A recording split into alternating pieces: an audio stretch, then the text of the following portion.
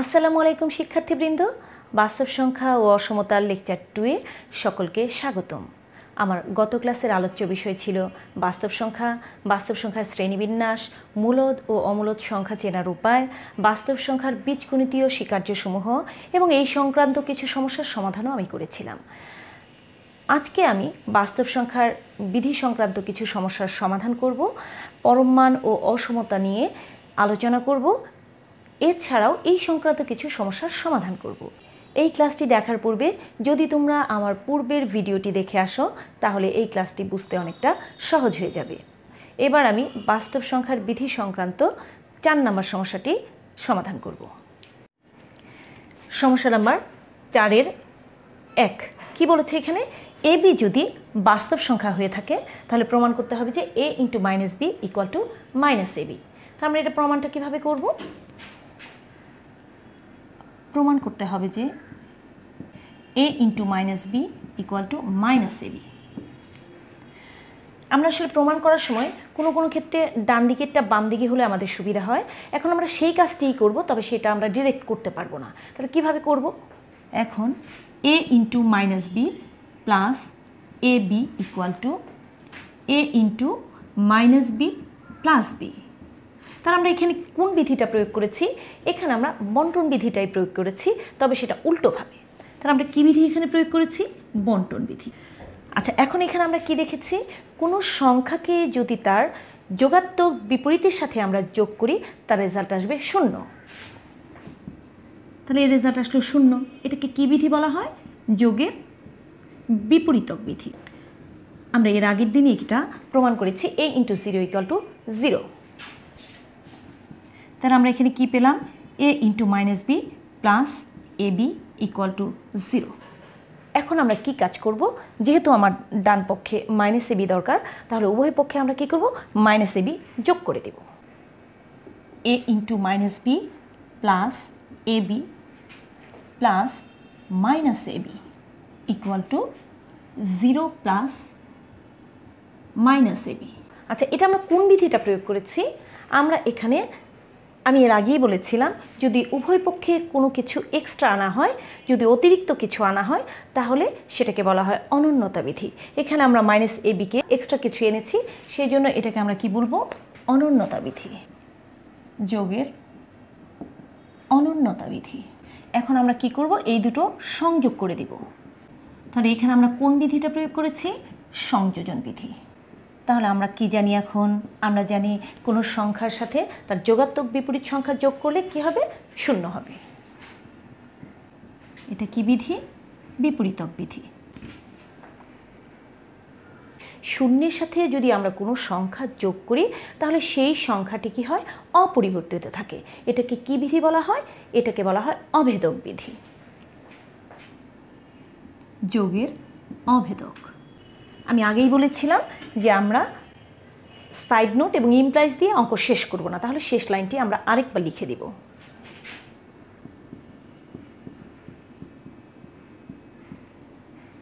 প্রমাণিত। এবার আসি সমস্যা নাম্বার 4-এর 2। ঠিক একই প্রসেসেই আমরা অঙ্কগুলো করব। দেখো, আমি একই ধরনের অঙ্কগুলি একসাথে করেছি এবং আমি তোমাদের একই নিয়মে করার চেষ্টা করেছি। বিভিন্ন বইতে বিভিন্ন ধরনের বিভিন্নভাবে অঙ্কগুলো করা আছে, বিভিন্ন নিয়মে অঙ্কগুলি করা আছে, কিন্তু আমি চেষ্টা করেছি তোমাদের অঙ্কগুলো যাতে সহজ মনে হয় সেই সুবিধার্থে আমি সবগুলি অঙ্ক একই প্রসেসে করার চেষ্টা করেছি। দেখো, এখানে যদি আমি বিটাকে এখানে নিয়ে নিই তাহলে এটাও কি হয়ে গেছে? বন্টন বিধি।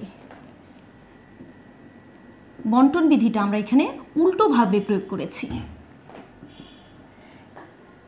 যোগাত্মক বিপরীতের সাথে যদি আমরা যোগ করি তাহলে তার রেজাল্ট হয়ে যায় 0। এটাকে কি বলা হয়? যোগের বিপরীতক বিধি। এর রেজাল্ট 0। ঠিক আগের অঙ্কটি আমি যেভাবে করেছি এই অঙ্কটিও আমরা ঠিক সেম প্রসেসে করার চেষ্টা করছি।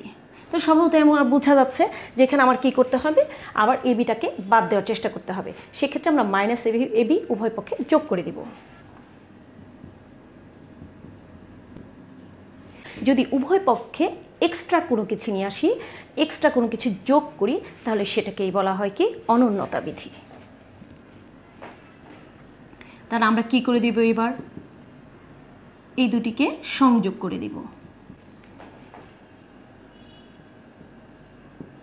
বিপরীত চিহ্নের সাথে আমরা যদি যোগ করি তার রেজাল্ট হবে 0। এটাকে কি বলা হয়, যোগের বিপরীত। শূন্যের সাথে যোগ করলে কি হয়ে যাবে, মান অপরিবর্তিত থাকবে। এটাকে কি বলা হয়, যোগের অভেদক। তারা অতএব -a × b = -ab। এবার আসবো আমরা সমস্যা নাম্বার 5 নাম্বার সমস্যার সমাধান।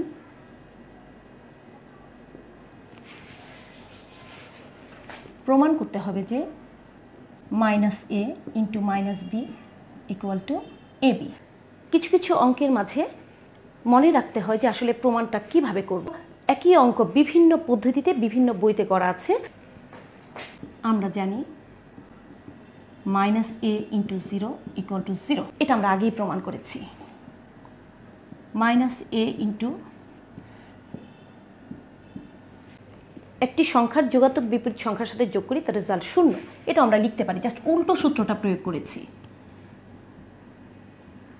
এটা কি বিধি, যোগের বিপরীতক। তাহলে এখন আমরা বন্টন বিধিটা প্রয়োগ করে দিব। এটা কি বিধি, বন্টন বিধি।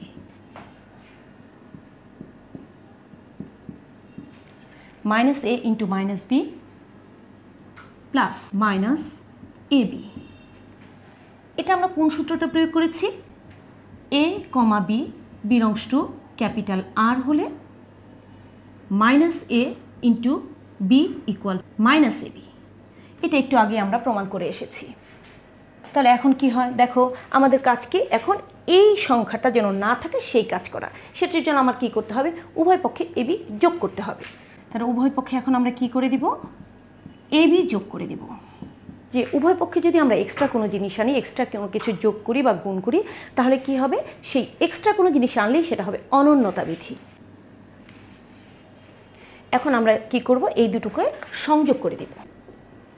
আমরা এটা কি করেছি, সংযোগ করে দিয়েছি, যোগের সংযোজন।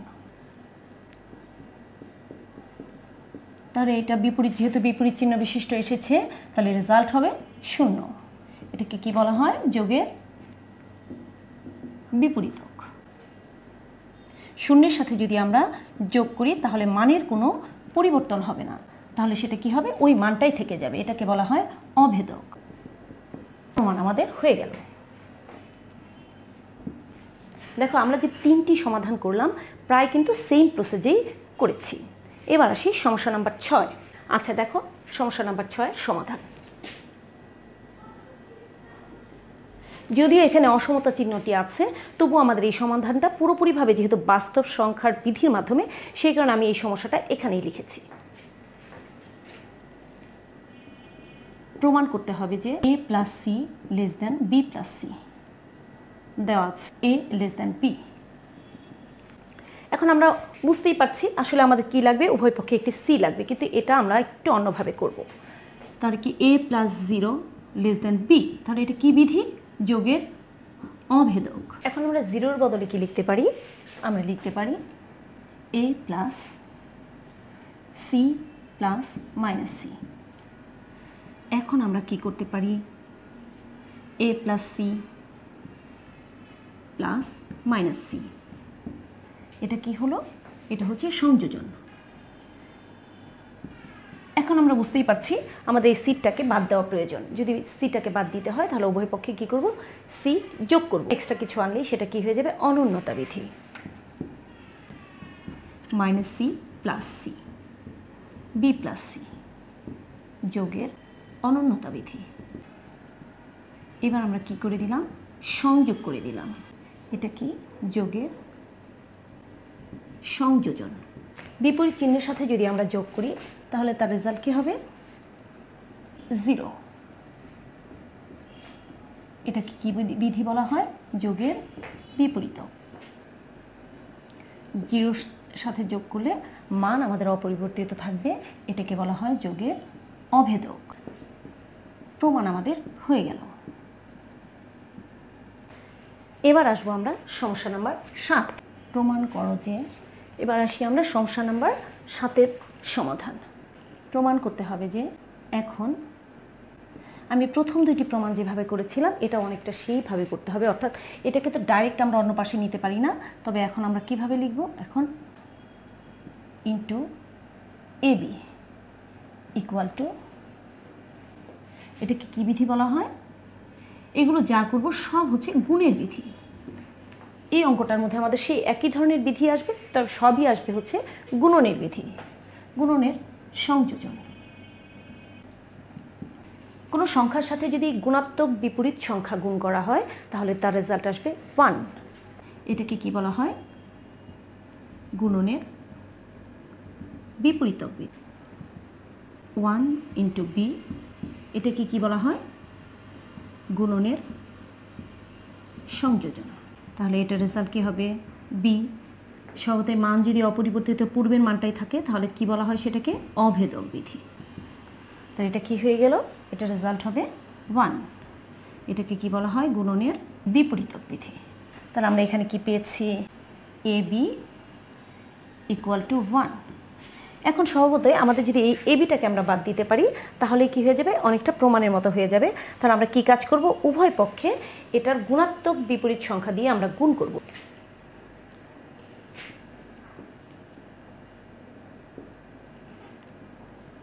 Into 1 equal to 1 into AB whole to the power -1। তাহলে এটাকে বলা হবে গুণনের বিপরীতক বিধি। 1-এর সাথে গুণ করলে মান অপরিবর্তিত থাকবে, এটাকে কি বলা হয়, গুণনের অভেদক। আমাদের প্রমাণ হয়ে গেল। বাস্তব সংখ্যার আমি 7টি সমস্যার সমাধান করেছি, মোটামুটি এগুলো করলেই চলবে। এবার আসবো আমরা পরম মানে। পরম মানটা কি, সংখ্যা রেখায় মূলবিন্দু ও বা 0 নির্দেশক বিন্দু এবং যে কোনো বাস্তব সংখ্যা এ নির্দেশক বিন্দু এর মধ্যবর্তী দূরত্বকে এ এর পরম মান বলা হয়।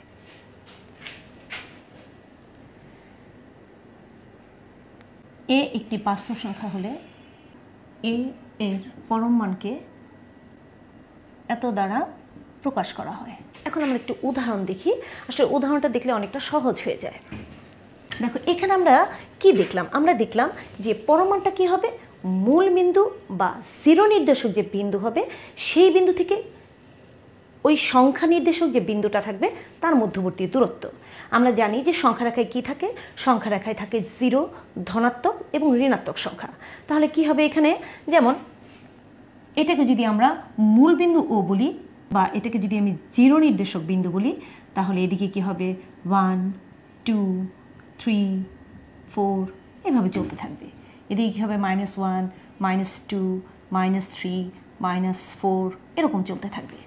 তাহলে এই যে অংশটা হবে, এই অংশটাকে যদি আমরা বলি এই অংশটুকু কি হবে, পরম মান কি, তাহলে কি হবে এখানে পরম মান 4, অর্থাৎ 0 বিন্দু থেকে এই 4 নির্দেশক যে বিন্দুটা এর মধ্যবর্তী দূরত্ব। যদি আমরা এখানে বলি তাহলে কি হবে, ও বিন্দু থেকে -4 এর যে মধ্যবর্তী দূরত্ব তাই হবে। দূরত্ব কখনো আমরা কি জানি, দূরত্ব কখনো নেগেটিভ হতে পারে না। তাহলে কি হয়, দূরত্ব সবসময় 0 অথবা ধনাত্মক হতে পারে। দূরত্ব কি হতে পারে, 0 হতে পারে অথবা ধনাত্মক হতে পারে। তাহলে যেমন এখানে ও এর দূরত্ব কত, তাহলে ওর সাপেক্ষে ওর দূরত্ব হচ্ছে 0। তার মানে কি হতে পারে, এখানে আমরা কি বুঝলাম, আমরা বুঝলাম যে পরম মান বলে পরম মানের মান কি হতে পারে, ধনাত্মক হতে পারে অথবা 0 হতে পারে। এখন একটু খেয়াল করে দেখো, যেমন আমাদের মনে হয় যে পরম মান 4 সমান কি 4, পরম মান -4 সমান কি তাও 4, যেহেতু দূরত্ব। আচ্ছা একটু খেয়াল করে দেখো, তাহলে পরম মান x ইকুয়াল টু কি আমরা x লিখতে পারবো? এখন এখানেই হচ্ছে প্রশ্ন। তাহলে পরম মান এক্স কি এক্স লিখতে পারবো? আর যদি পারি তাহলে কেন পারবো এবং কেন পারবো না, কেন হবে না? দেখো একটু খেয়াল করে যে আমাদের ধারণা পরম মান তুলে দিয়ে সবসময় ধনাত্মক অথবা শূন্য হয়, তা আমরা এটা জানি, কিন্তু পরম মান তুলে দিয়ে কিন্তু সবসময় ধনাত্মক বা শূন্য হয় না। পরম মান তুলে দিয়ে ঋণাত্মকও হতে পারে, পরম মান তুলে দিয়ে ধনাত্মক চিহ্ন বসতে পারে। দেখো একটু বিষয়টা, যেমন পরম মান 4 ইকুয়াল টু 4, তার মানে হচ্ছে এখানে পরম মান তুলে দিয়ে আমি কি দিয়েছি? পরম মান তুলে দিয়ে এখানে আমি ধনাত্মক চিহ্ন ব্যবহার করেছি। পরম মান -4 তাহলে কি হবে? পরম মান -4 সমান হবে 4। তাহলে পরম মান তুলে দিয়ে আমি কি দিয়েছি? পরম মান তুলে দিয়ে আমাকে কি দিতে হয়েছে? একটি মাইনাস চিহ্ন দিতে হয়েছে। তার মানে এখানে আমি পরম মান তুলে কি দিলাম? এখানে আমি পরম মান তুলে দিয়ে আমাকে দিতে হয়েছে প্লাস চিহ্ন, এখানে পরম মান তুলে আমাকে দিতে হয়েছে মাইনাস চিহ্ন। তার মানে কি বোঝাচ্ছে এখানে? যে পরম মান তুলে দিয়ে কখনো আমার ধনাত্মক দিতে হয়, কখনো আমার ঋণাত্মক দিতে হয়। তাহলে কিসের উপর নির্ভর করে এই চিহ্নটা আমার দিতে হচ্ছে? ভেতরের মানটাকে আমার ধনাত্মক করার জন্য, ভেতরের মানটাকে ধনাত্মক করার জন্য পরম মান তুলে দিয়ে আমার কখনো ধনাত্মক দিতে হচ্ছে, কখনো ঋণাত্মক দিতে হচ্ছে। আর এর প্রেক্ষিতে পরম মান এক্স ইকুয়াল টু এক্স আমরা লিখতে পারছি না, কারণ এই এক্সের মানের উপর নির্ভর করছে এটা এক্স হবে না মাইনাস এক্স হবে। এক্স যদি ধনাত্মক হয়ে, ভেতরের মানটা যদি ধনাত্মক হয়ে থাকে, তাহলে এই পরম মানটা তুলে আমাকে ধনাত্মক চিহ্ন দিতে হচ্ছে। আর এক্স অর্থাৎ ভেতরের মানটা যদি ঋণাত্মক হয়, তাহলে কি করতে হচ্ছে? পরম মান তুলে দিয়ে আমাকে কি করতে হবে? আর একটি ঋণাত্মক চিহ্ন দিয়ে তাকে ধনাত্মক করতে হবে। তার মানে হচ্ছে পরম মান তুলে দিয়ে আমাদের সবসময় ধনাত্মক চিহ্ন দিতে হচ্ছে তা কিন্তু না। পরম মান তুলে দিয়ে আমার কখনো ধনাত্মক দিতে হচ্ছে, কখনো ঋণাত্মক দিতে হচ্ছে। অর্থাৎ ভেতরের মানটাকে পজিটিভ করার জন্য, পজিটিভ বা শূন্য করার জন্য আমাকে কি করতে হচ্ছে? কখনো ধনাত্মক দিতে হচ্ছে, কখনো ঋণাত্মক চিহ্ন দিতে হচ্ছে। আর সেই কারণে এখানে এক্সের মানটা যদি হয় 4, তাহলে এটা হবে এক্স। এক্সের মানটা যদি হয় -4, তাহলে এখানে দিতে হবে -x। আর সেই প্রেক্ষিতে আমাদের কি করতে হচ্ছে? সেই জন্য পরম মান এক্সকে আমরা কিভাবে সংজ্ঞায়িত করি? এক্স, এটা হবে এক্স কখন? যখন এক্স ইজ গ্রেটার দেন 0, অর্থাৎ এক্সের মান যদি ধনাত্মক হয়, অর্থাৎ শূন্যর থেকে বড় হয়, তাহলে এই পরম মান তুলে দিয়ে আমাকে ধনাত্মক চিহ্নই দিতে হচ্ছে। আবার এই এক্সের মান যদি ঋণাত্মক হয়, এক্সের মান যদি ঋণাত্মক, শূন্যর থেকে ছোট মানে যদি ঋণাত্মক হয়, তাহলে এই পরম মান তুলে দিয়ে আমাকে কি দিতে হবে? পরম মান তুলে দিয়ে আমাকে মাইনাস চিহ্ন ব্যবহার করতে হবে। তখন এই পরম মান এক্স সমান আমাকে কি লিখতে হচ্ছে? -x। আর এখানে 0 হবে যখন x ইকুয়াল টু 0। তার মানে হচ্ছে এই পরম মান এক্সকে আমাকে 3 ভাবে সংজ্ঞায়িত করতে হচ্ছে। যদি x এর মান ধনাত্মক হয়, তাহলে পরম মান তুলে দিতে হচ্ছে ধনাত্মক, অর্থাৎ x হচ্ছে যখন এটা ঋণাত্মক হচ্ছে, তখন এটাকে ঋণাত্মক দিয়ে আমাকে এটা কি করতে হচ্ছে? এটাকে ধনাত্মক করতে হচ্ছে।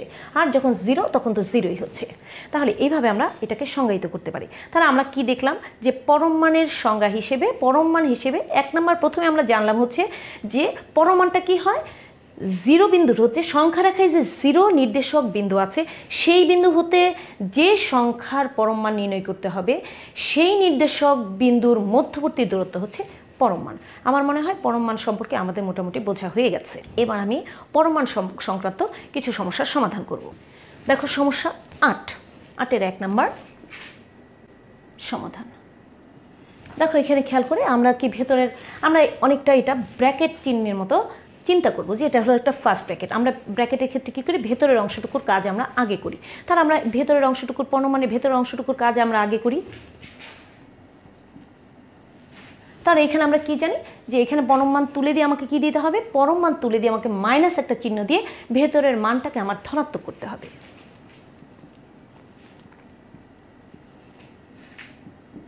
এবার আসি 8-এর 2। আমি একটু আগেই বলেছি যে এখানে কি করতে হবে? প্রথমে ভেতরের কাজটা আমার আগে করতে হবে। তার মানে হচ্ছে ভেতরে যে পরম মানটা আছে, সেই পরম মানের কাজটা আমার আগে করতে হবে। কি হলো এটা? 3 - 3 ইকুয়াল টু 0 ইকুয়াল টু 0। এবার আসি সমস্যা নাম্বার 3। তার এখানে কি হবে?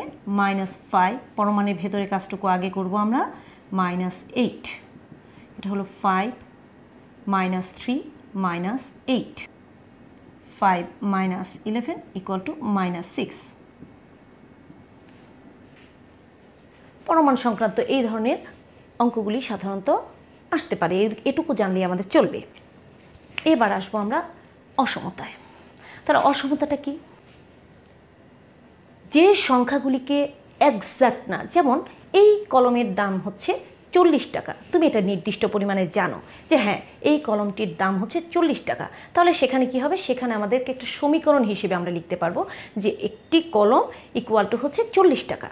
কিন্তু এই কলমটার দাম যদি আমি না জানি, যদি আমি ধারণা করি যে এই কলমটির দাম 40 টাকার বেশি নয় বা এই কলমটির দাম 40 টাকার নিচে, তখন আমাকে কি করতে হবে, এটাকে আমি আর কি করতে পারবো না, এটাকে আমি সরাসরি লিখতে পারবো না যে একটি কলমের দাম ইকুয়াল টু 40 টাকা। তখন আমাকে কি করতে হবে, অসমতার চিহ্নের মাধ্যমে এটা প্রকাশ করতে হবে। তাহলে আমরা আসি দেখি কি, তাহলে অসমতাটা কি? অসমতা এক প্রকার গাণিতিক বাক্যের প্রকাশ যা সংখ্যা, পরিমাণ বা গাণিতিক বাক্যের ক্রমের সম্পর্ক নির্দেশ করে। গাণিতিকভাবে এটাকে, তাহলে আমি সংজ্ঞাটা লিখে দিচ্ছি। আচ্ছা, তাহলে এই অসমতাকে গাণিতিকভাবে কিভাবে প্রকাশ করা হয়? গাণিতিকভাবে অসমতাকে greater than, less than, greater or equal, less or equal ইত্যাদি সম্পর্ক প্রতীক দ্বারা নির্দেশ করা হয়। আচ্ছা, তার মানে কি? যদি আমি বলি যে এটা একটা কলম, এই কলমকে যদি আমি এক্স হিসেবে ব্যবহার করি, যদি বলি যে এই কলমটির দাম 40 টাকার বেশি নয়, কলমকে যদি আমি এক্স দ্বারা প্রকাশ করি, তাহলে কি হতে পারে? তার মানে হচ্ছে 40 টাকার বেশি নয়, তারপর 40 টাকা হতে পারে। এই যে সম্পর্ক প্রতীক দ্বারা, এই যে প্রতীক দ্বারা প্রকাশ করলাম, এটাই হচ্ছে অসমতা। এখন অসমতার কিছু ধর্ম আছে। অসমতার উভয় পক্ষে আমরা একই সংখ্যা যোগ করতে পারি, একই সংখ্যা বিয়োগ করতে পারি, একই সংখ্যা গুণ করতে পারি, একই সংখ্যা ভাগ করতে পারি। এগুলো করলে মানের কোনো ধরনের কোনো পরিবর্তন হয় না। এখন আমাদের এই সকল বইগুলোতেই আসলে বিয়োগ কথাটা উল্লেখ করা নেই। যদি কোনো কিছু বিয়োগ করতে হয়, সেখানে বলা আছে -4 যোগ করে পাই। সেক্ষেত্রে আমিও এটাই ব্যবহার করব, যেহেতু কোনো বইতে এভাবে নাই, কিন্তু আসলে আমরা বিয়োগ করতে পারি। এখন আমি কি বলেছি যে অসমতায় উভয় পক্ষে যোগ, উভয় পক্ষে বিয়োগ, উভয় পক্ষে ভাগ এবং উভয় পক্ষে গুণ করলে মানের কোনো পরিবর্তন হয় না। কিন্তু এখানে খেয়াল করতে হবে যে কোনো সংখ্যা দ্বারা গুণ করলে বা ভাগ করলে তবে সেই সংখ্যাটা হতে হবে পজিটিভ। কিন্তু যদি আমি ঋণাত্মক সংখ্যা দ্বারা গুণ করে দিই, এটাকে যদি আমি ঋণাত্মক সংখ্যা দ্বারা গুণ করে দিই, তাহলে কি হবে? -6 greater than or equal to -40। তখন কিন্তু অসমতার চিহ্ন পরিবর্তন হয়ে যাবে। যেমন এমন যদি হয় 3 ইজ গ্রেটার দ্যান 2, 3 হচ্ছে 2-এর থেকে বড়, কিন্তু আমি যদি মাইনাস দ্বারা গুণ করে দিই, তাহলে কিন্তু আর 3টা বড় থাকে না, তখন -2টা বড় হয়ে যায়। এই ক্ষেত্রে কি করতে হয়? অসমতার চিহ্ন পরিবর্তন করতে হয়।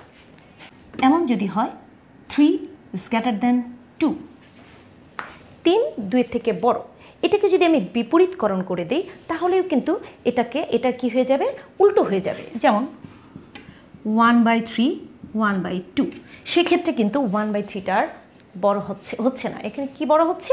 1/2। সেক্ষেত্রেও অসমতার চিহ্ন পরিবর্তন করতে হবে। তাহলে আমরা কি দেখলাম যে যদি আমরা মাইনাস দ্বারা গুণ করি, অসমতাকে যদি আমি মাইনাস দ্বারা গুণ করি, তাহলেও আমাদের কি অসমতার চিহ্ন পরিবর্তন হয়ে যাবে।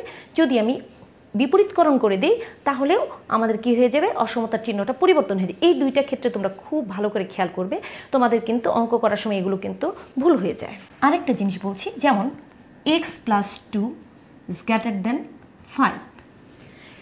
এক্ষেত্রে আমরা কি করি? এই 2টাকে বাদ দিতে হলে আমরা কিন্তু পক্ষান্তর করে ওই পাশে নিয়ে যাই না।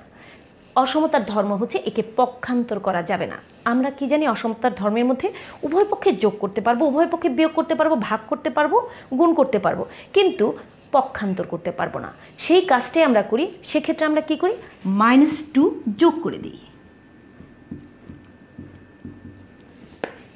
তাহলে এই জিনিসগুলি আমরা অসমতার অঙ্কগুলি করার সময় একটু খেয়াল করব। আচ্ছা, আরেকটা বিষয় এখানে আমি তোমাদেরকে দেখাচ্ছি। যেমন পরম মান x লেস দ্যান a। একটু খেয়াল করে দেখো, একটু আগে আমরা শিখেছি কি পরম মান x is less than a। পরম মানটা তুলে দিয়ে আমরা ধনাত্মক দেব না ঋণাত্মক দেব, সেটা নির্ভর করছে ভেতরের মানের উপরে। যদি x এর মানটা পজিটিভ হয়, তাহলে পরম মান তুলে দিয়ে আমি কি দিব? ধনাত্মক চিহ্ন দেব। যদি এক্স ধনাত্মক বা শূন্য হলে, অঋণাত্মক হলে এক্স লেস দেন এ। এক্স যদি ঋণাত্মক হয়, আমরা তখন যদি এক্সটা ঋণাত্মক হয় পরমান তুলে দিয়ে আমরা কি দিব, আমি আগেই বলেছি ঋণাত্মক হলে কি হবে, পরমান তুলে দিয়ে আমাকে ঋণাত্মক দিতে হবে সেটাকে ধনাত্মক করার জন্য। যেমন যদি এটা হয় -4, তাহলে আমাকে পরমান তুলে দিয়ে কি দিতে হবে, -1 দিয়ে এটাকে 4 করতে হবে। তাহলে এক্স যদি ঋণাত্মক হয় তাহলে আমাকে এখানে কি দিতে হবে, -x।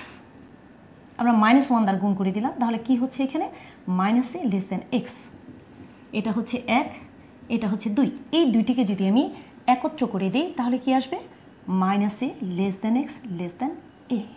তার মানে আমরা কি দেখলাম এখান থেকে, এটাই হচ্ছে আমরা একটা সূত্র। সূত্রটা কি, পরম মান এক্স লেস দেন এ হলে -a less than x less than a. আবার উল্টোভাবেও আমরা লিখতে পারি -a less than x less than a হলে পরম মান এক্স লেস দেন এ। এখানে একটু খেয়াল করার বিষয় হচ্ছে, এখানে লেস অর ইকুয়াল টু আসলেও এই সূত্রটা একইভাবেই প্রমাণ হবে। আমি অসমতা সম্পর্কিত যে সূত্র দুটো দেখিয়েছি, এই সূত্রের মাধ্যমে সমস্যার সমাধান আমরা নেক্সট ক্লাসে করব। আমি আজকে যে সমস্যার সমাধান করেছি এবং পূর্বের যে আলোচনা করেছি সেই সংক্রান্ত যে কোনো সমস্যা যদি তোমাদের থেকে থাকে তাহলে কমেন্ট সেকশনে জানিয়ে দেবে। আমি পরবর্তী যে কোনো ক্লাসে সেই সমস্যাগুলোর সমাধান করে দেখাবো। আজকের জন্য এই পর্যন্তই। সবাই সুস্থ থেকো, ভালো থেকো। ধন্যবাদ সকলকে।